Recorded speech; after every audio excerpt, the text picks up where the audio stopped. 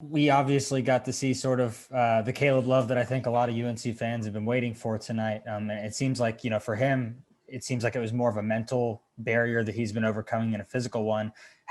How have you and the rest of the guys sort of rallied around him and helped him get to the point where he can sort of show off all of his physical talents?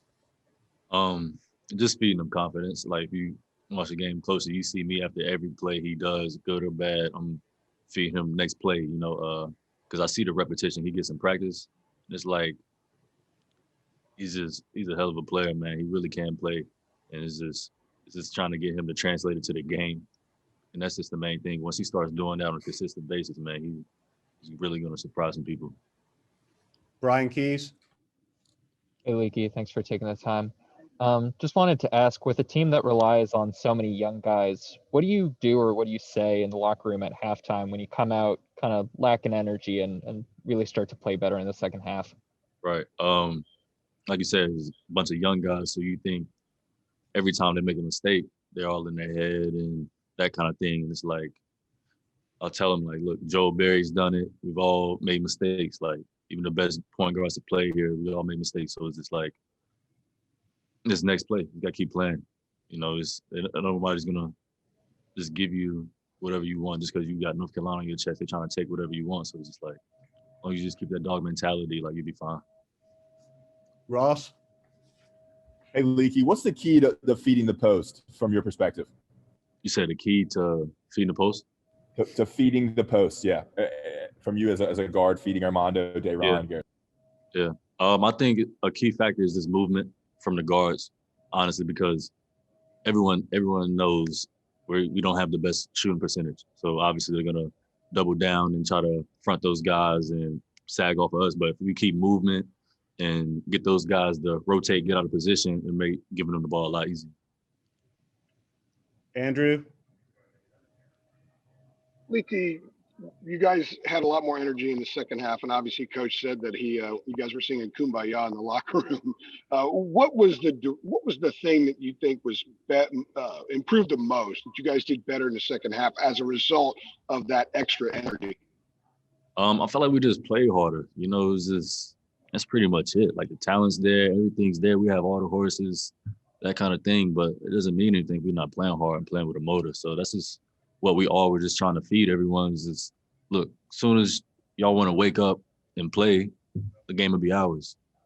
But if you keep messing around, obviously these guys are gonna hang around and be another game like last year, whatever. So I think the energy changed a lot.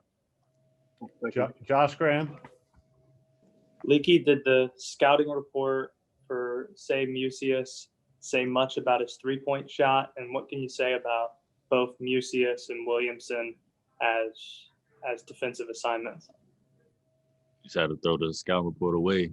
After you see a guy like that make two, I think they said he made like 4 from the season or something like that.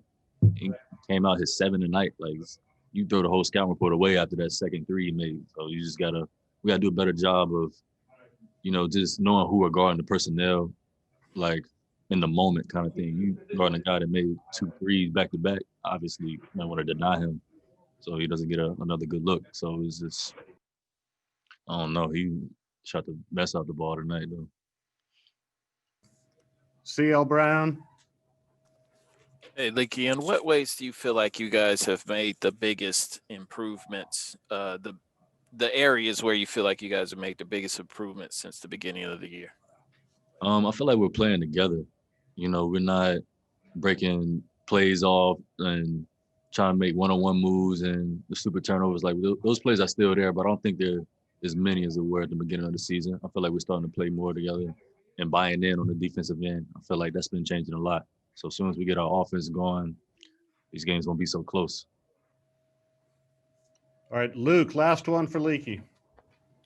Leaky, I'm curious, what do you think is your role on this team on the offensive end? You have 16 versus Miami, shutout versus Florida State tonight, an 8-6-8 balanced scoring line. How do you see yourself fitting in on the offensive side of the ball?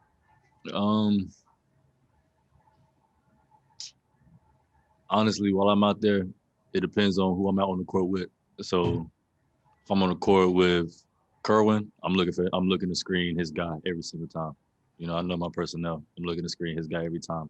hopefully both the guy defending me and his guy will react to him. I can slip, get an easy layup, that kind of thing. But really, I don't know. I'll try to stay aggressive when I get it, make their easy play, keep the ball movement. I told the big guys tonight, every time I got it, I was going to pass it to them, and that's what I did. And no matter how you miss 5, 6 in a row, I don't care. I'm still going to give it to you. That's where we had an advantage. So, I feel like my job is pretty simple.